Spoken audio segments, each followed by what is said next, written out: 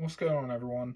Kai, aka Manga, and me here, and today we are going to get into the first review that's going to be on the channel. I do just want to say before we start, this is natural lighting that I'm dealing with here. That probably will change over the course of the channel. But yeah, let's get straight into the review. See you guys there. Okay, so here we are, first review on the channel. I do just want to say, guys, I'm still trying to figure out the structure in which I want to present these reviews.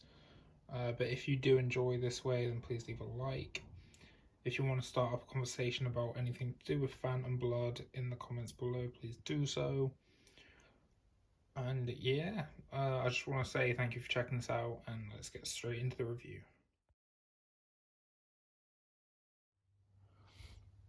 Okay, so the first thing you notice when getting into JoJo's, especially part 1, is the art.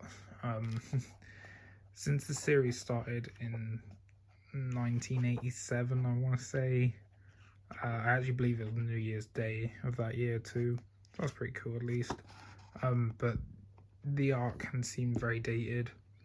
However, don't be put off by that, because as early as part 3, you will notice a huge change in the JoJo's art, and it really does become very, very good.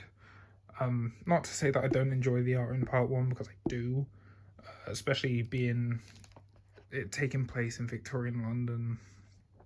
I think the art definitely helps the aesthetic, and I'm gonna try not to show too many panels.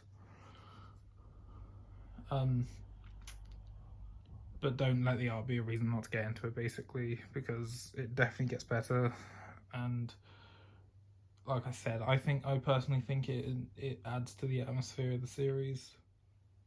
Okay, so next we'll be getting into the plot. Now, as I'm recording this, I haven't actually decided, when it comes to these reviews, how deep I want to get into spoiler territory.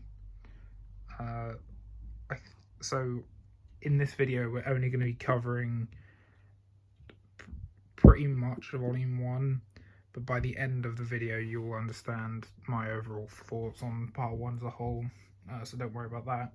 But what I want to know from you guys is, at the end of the video, would you rather of me have gone into more spoilers, or covered more of the plot without trying to spoil?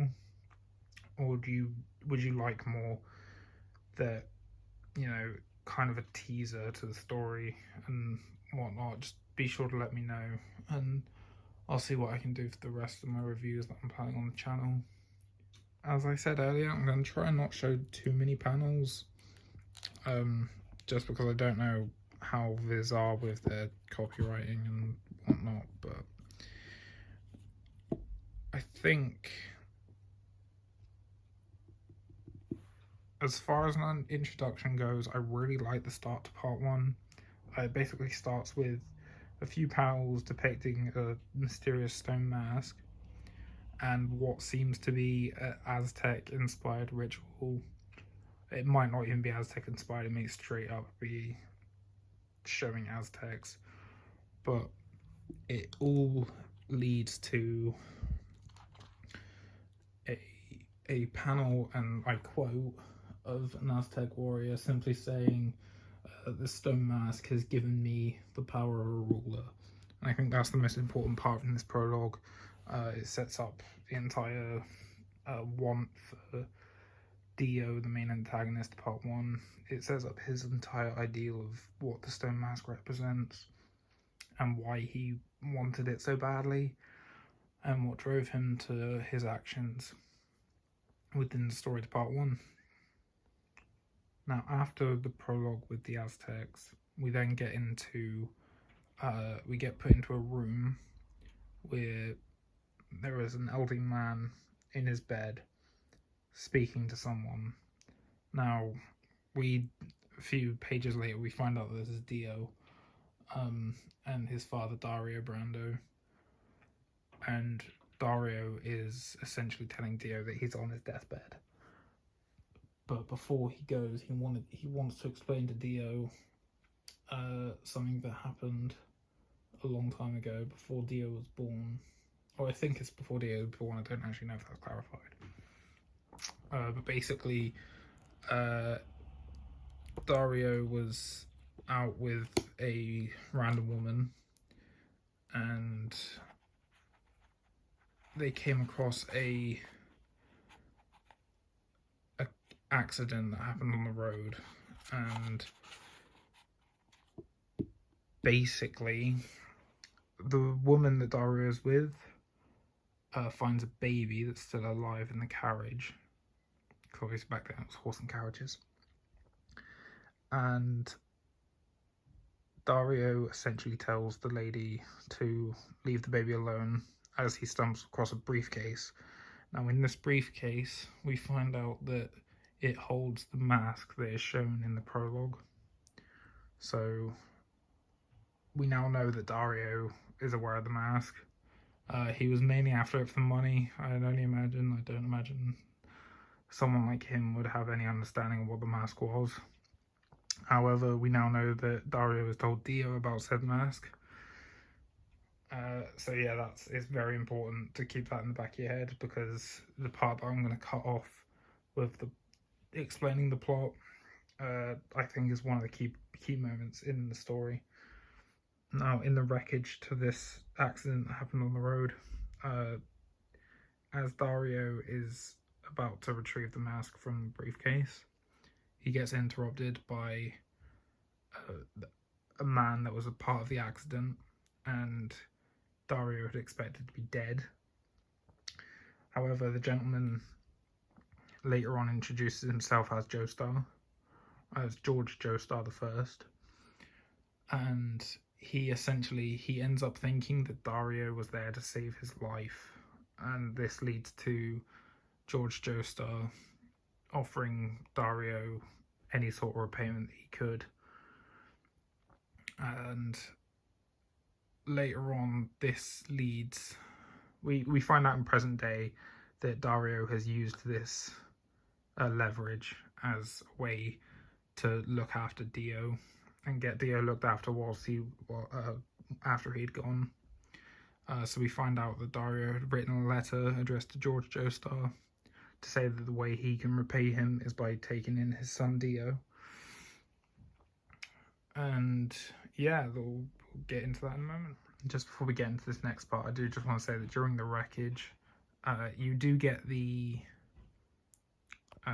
idea that George Joestar is, rich for back then in those times, and this is why Dario decides to take advantage of the leverage he holds over him, in George making the mistake of thinking that Dario was there to save his life, when actually he was literally there just to rob him and leave them all to die, whether they were alive or not, because he knew that the baby was still alive inside the carriage, and he just decided to leave it. Obviously, George doesn't know this, but he does tell... George asks Dario, basically, did anyone survive? What about my wife or child? And Dario does explain that, the wife didn't make it, however the child did. And, I mean, it's not...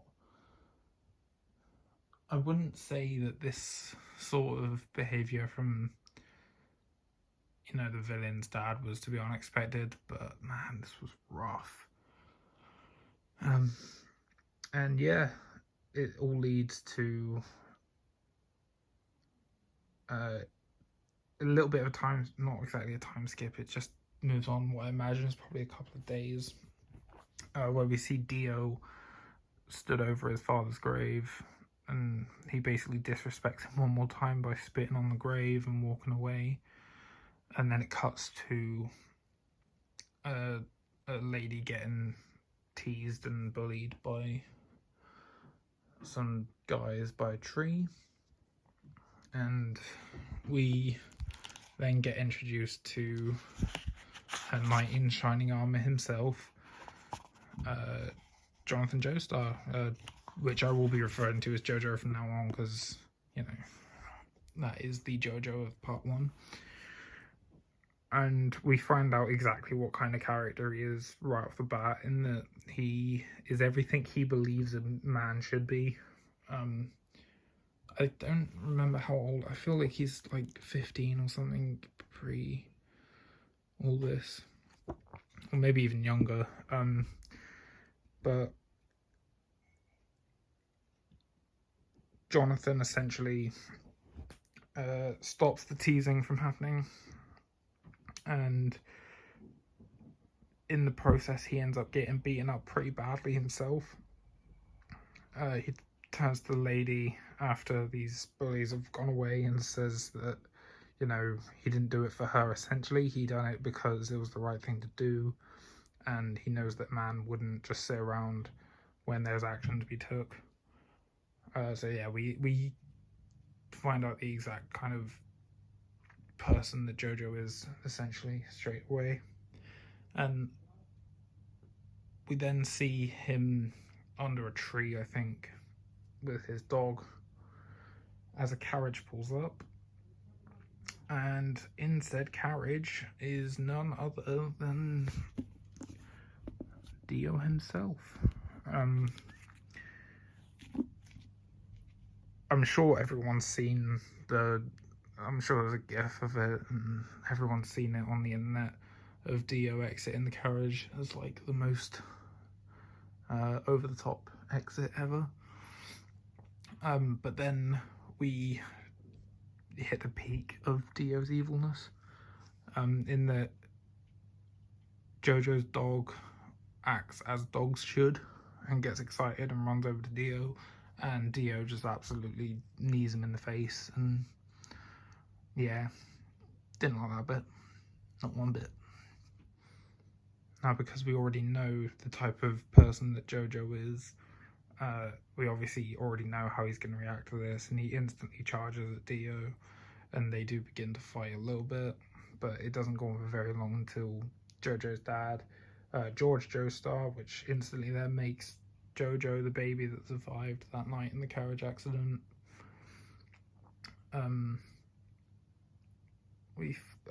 George then breaks up the fight, punishes JoJo for it, and apologizes to Dio and welcomes into the house. And where I'm going to stop this in kind of plot review, I guess, is we walk into the house, and the first thing that Dio sets his eyes on is the stone mask hanging on the wall. The very stone mask that we've seen in the prologue, and the very stone mask that we know that Dario was after during the carriage accident. And now we've seen that Dio has shown interest in said stone mask. Now, the things that follow after, it's all, you know,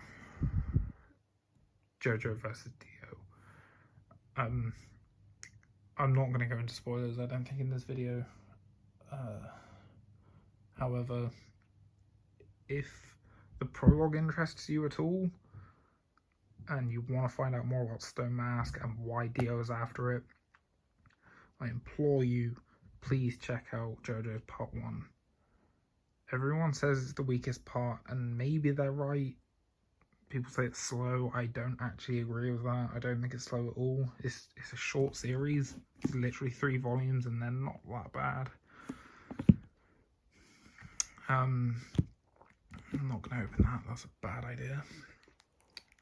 But you know, we get quite a few fight scenes in this series, and not too many. There aren't too many characters in Part 1. There are some characters, and the characters that we do get in Part 1, actually, specifically these 3, and one other person that, I don't know if he's on the back note. Nope. There's Danny, by the way. JoJo's dog. No. Okay, the other person's Speedwagon that we get in Part 1. You know, in terms of character development, they do get some. but the series really does focus on Dio and JoJo. And if you're curious about the title, with JoJo's Bizarre Adventure, it really does get bizarre. Not so much in part 1, but you do definitely start to see it in part 1 towards the end, and then it just gets more crazy and as it goes on throughout the parts. Now that I've said enough about the plot, I do just want to say, I just do want to take a minute to speak about these Viz releases of JoJo's. We're currently 1 volume away from the end of part 4. They do change design from 3 to 4. Obviously, with part 1, 2, and 3, we get these kind of, I don't want to say plain, I think basic, but does the job is the best way to describe it.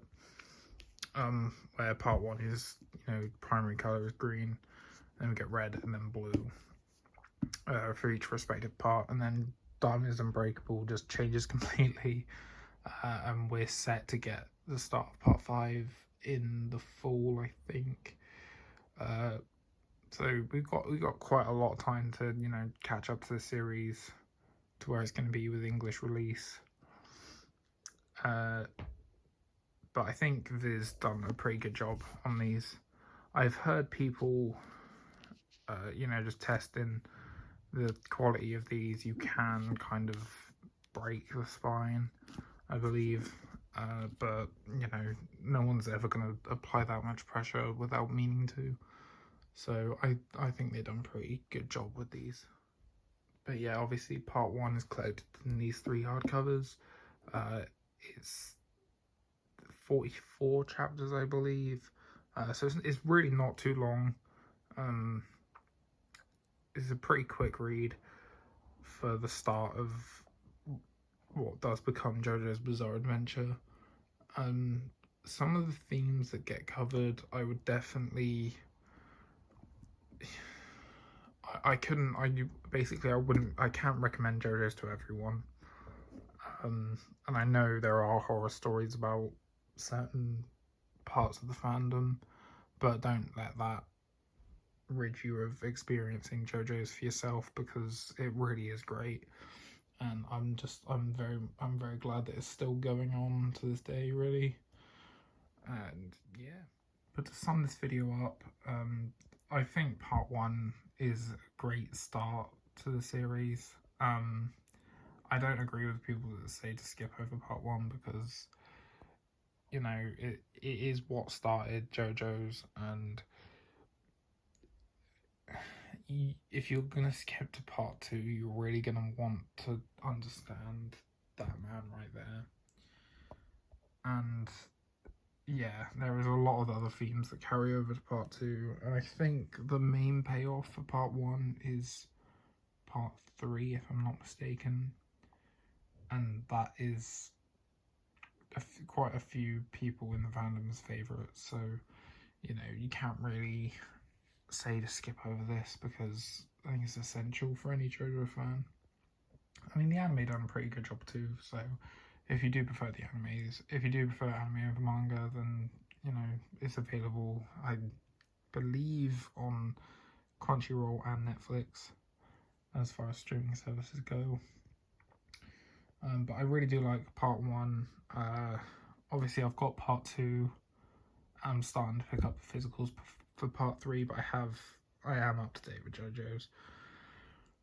I'm just doing these reviews so that you guys know my thoughts on JoJo's. Personally, it's probably in my top 15 manga of all time. Let's get to the outro. I have a funny feeling this might end up being longer than I was expecting it to, but hopefully that doesn't bother you guys too much. If you do enjoy the structure of this review, then please let me know down below. At this point of the channel, I'm very much open to any suggestions or constructive criticism that you guys might have. I am getting a tripod soon for the phone, though, I do promise. Hopefully that'll help with the stability of the video and overall quality, so yeah, be sure to stick around and I promise it'll improve. just want to say thanks to anyone that made it this far. Leave a like if you enjoyed, leave a comment down below, and sub if you want to see more JoJo content, along with a lot of other things that I have planned for the future that you'll be able to see in my March channel roadmap. I'll leave a link to that video down below in the description. Yeah, and hopefully we'll see you all in the next video. Peace, guys.